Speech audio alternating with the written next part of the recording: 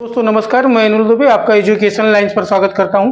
Political science विषय के अंतर्गत आप लोग पढ़ रहे थे भारत का संवैधानिक विकास। तो भारत के संवैधानिक विकास के अंतर्गत आज पढ़ेंगे रेगुलेटिंग एक्ट 1773 1773 का रेगुलेटिंग एक्ट के अंतर्गत क्या था उसके बारे में। उससे पहले आप जान लीजिए कि क्या परिवर्तन हुए। प्लासी का युद्ध जो है 1757 ईस्वी में होता है। प्लासी की लड़ाई में बंगाल के जो अंतिम शासक थे नवाब सिराजुद्दौला को अंग्रेज हराकर बंगाल प्रांत के वास्तविक शासक बन बैठे हैं। प्लासी की जीत से भारत में अंग्रेजी साम्राज्य की नींव पड़ी। ठीक है, प्लासी के युद्ध से पहले क्या था कि बंगाल में ईस्ट इंडिया कंपनी एक व्यापार करती थी, लेकिन जब नवाब सिराजुद्दौला को हराकर वो बंगाल के शासक बन बैठते हैं, उसके बाद एक घटना घटती है 1765 में।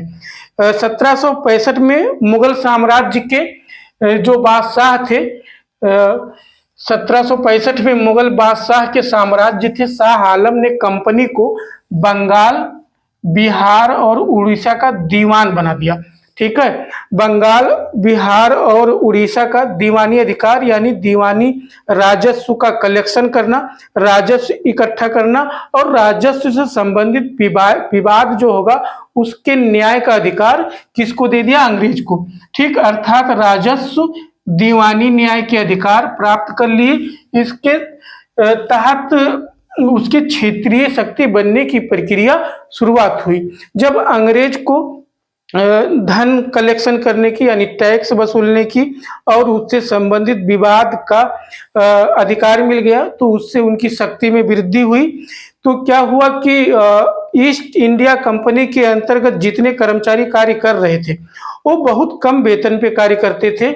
इससे क्या हुआ कि वो भ्रष्टाचार, रिश्वत और नागरिकों का, भारतीयों का शोषण शुरू हुआ। इससे क्या होता है कि जो भारत में ईस्ट इंडिया कंपनी के अधिकारी होते थे वो अपना भ्रष्टाचार से बहुत पैसा इंग्लैंड लेके जाते थे और भारत क्यों का शोषण होता था। तो इसके बाद क्या हुआ कि इंग्लैंड की जो ईस्ट इंडिया कंपनी थी वो घाटे में जा रही थी, लेकिन उसमें काम करने वाले लोग जो होते थे उनके धन और संपत्ति में वृद्धि हो रही थी। तो उस समय इंग्लैंड में जो तत्कालीन ब्रिटेन के प्रधानमंत्री लॉर्ड नॉर्थ थे उन्होंने एक गुप्त समिति की गठित की। उसके सिफारिश पर उन्होंने 1773 का रेगुलेटिंग एक्ट लाया। तो 1773 का जो रेगुलेटिंग एक्ट है वो ब्रिटेन के जो प्रधानमंत्री थे लॉर्ड नॉर्थ द्वारा गठित गुप्त समिति की सिफारिश पर कंपनी के प्रशासन में परिवर्तन करने का उन्होंने किया। तो उसको परिवर्तन के लिए 1773 एक्ट था और कारण क्या थे? कंपनी के अधिकारियों का मनमाना आचरण, भ्रष्टाचार, धन की लूट, उसके बाद में कंपनी का घाटा में जाना, भारतीय जनता का शोषण। ठीक है, जो कंपनी में व्यापार होते थे, अधिकारी लोग होते थे, उनके धन में वृद्धि हुई। वो इंग्लैंड में जाते थे, अपना काफी धन लेके जाते थे। तो लेकिन कंपनी जो थी ईस्ट इंडिया कंपनी घाटे में जा रही थी। तो उसके रेगुलेट के लिए, उसके प्रशासनिक देखभाल के लिए क्या हुआ, 1773 का रेगुलेटिंग एक्ट आया। तो उसका महत्व क्या था? उसका महत्व ये था, भारत में ईस्ट इंडिया कंपनी के जो कार्य थे को नियमित और नियंत्रित करने की दिशा में ब्रिटेन की सरकार द्वारा पहला कदम उठाया गया। इससे पहले ब्रिटेन की जो सरकार होती थी ईस्ट इंडिया के कंपनी के कार्यों में कोई हस्तक्षेप नहीं था। लेकिन क्या हुआ था, इंग्लैंड की जो ईस्ट इंडिया कंपनी थी उसके कार्य से इंग्लैंड का भी बदनामी हो रहा था और ये होता था कि अंग्रेजों द्वारा भारतीयों का शोषण किया जाता है, भ्रष्टाचार किया जाता है। इन सब चीजों से वहां की सरकार ने क्या किया, एक रेगुलेटिंग एक्ट लाया और ये पहली बार इंग्लैंड की सरकार द्वारा कोई ऐसा नियम लाया गया था जिसके द्वारा ईस्ट इंडिया कंपनी के कार्य को नियमित और नियंत्रित किया जा सके। ठीक, इस एक्ट के द्वारा कंपनी के प्रशासनिक और राजनीतिक कार्यों को मान्यता मिली। यानी ईस्ट इंडिया कंपनी जो भी प्रशासनिक निर्णय लेगी, कार्य करेगी, जो भी राजनीतिक कार्य करेगी, उसको ब्रिटेन की सरकार द्वारा मान्यता मिलेगी। इसके द्वारा केंद्रीय प्रशासन की नींव रखी गई। ठीक, इसके द्वारा एक केंद्रीय प्रशासन, जैसे पहले क्या होता था कि बंगाल, बिहार, उड़ीसा सबके अलग अलग क्षेत्र के गवर्नर अलग अलग होते थे, वो अपना अलग अलग निर्णय लेते थे।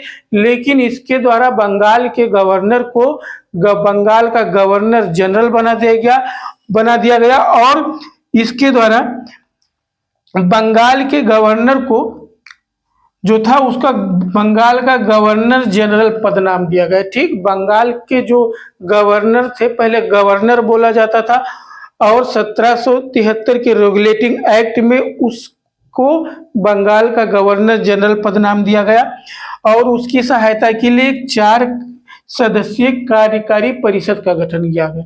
ठीक, गवर्नर जनरल के साथ एक 4 सदस्य का कार्यकारी परिषद का गठन किया गया और बंगाल के जो पहले गवर्नर जनरल थे लॉर्ड वारेन हेस्टिंग्स थे। ठीक है, बंगाल के जो पहले गवर्नर जनरल थे लॉर्ड वारेन हेस्टिंग्स थे। तो पहला के ये हुआ परिवर्तन।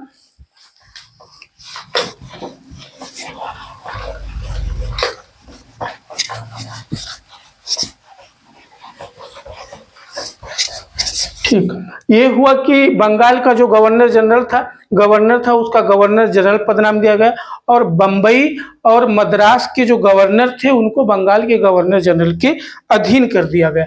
नंबर 2 क्या है? ठीक, बंगाल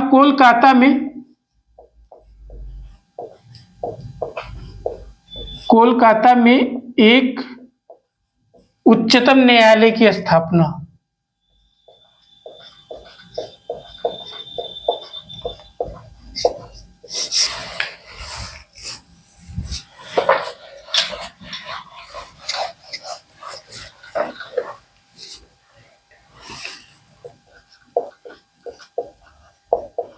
ठीक, 1774 में क्या हुआ? 1774 में एक बंगाल में उच्चतम न्यायालय की स्थापना की गई। उसमें एक मुख्य न्यायाधीश और 3 अन्य न्यायाधीश थे। ठीक,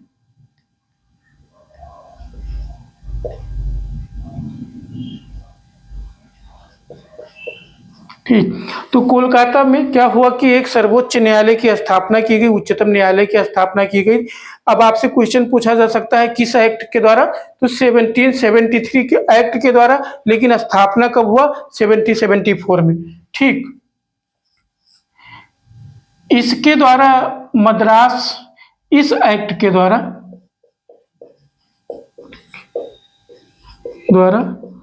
मद्रास और बंबई के गवर्नर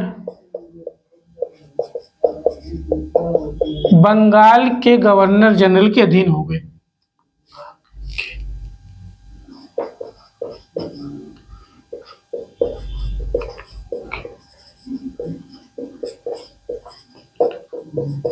ठीक, नंबर 4 है कंपनी के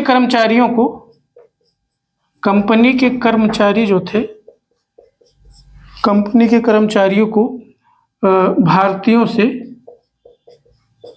रिश्वत और निजी व्यापार प्रतिबंधित कर दिया गया। निजी व्यापार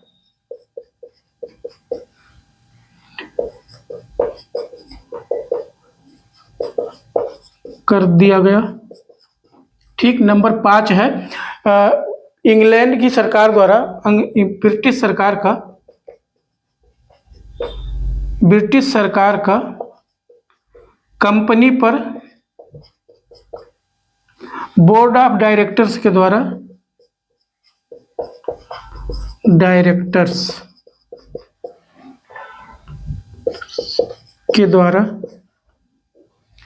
कंपनी पर नियंत्रण सख्त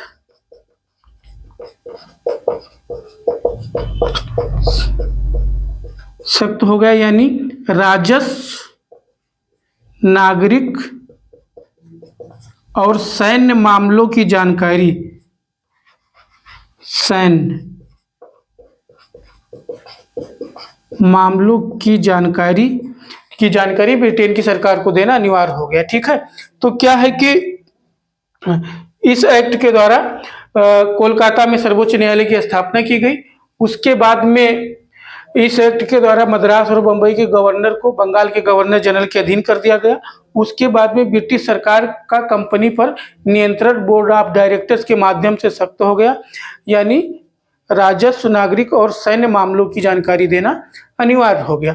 ठीक है, तो ये था 1773 का रेगुलेटिंग एक्ट। इसके बाद आप पढ़ेंगे 1781 का सेटलमेंट एक्ट ऑफ सेटलमेंट, 1784 का पिट्स इंडिया एक्ट।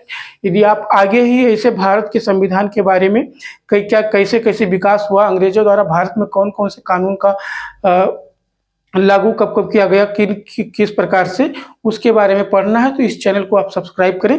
नमस्कार, धन्यवाद।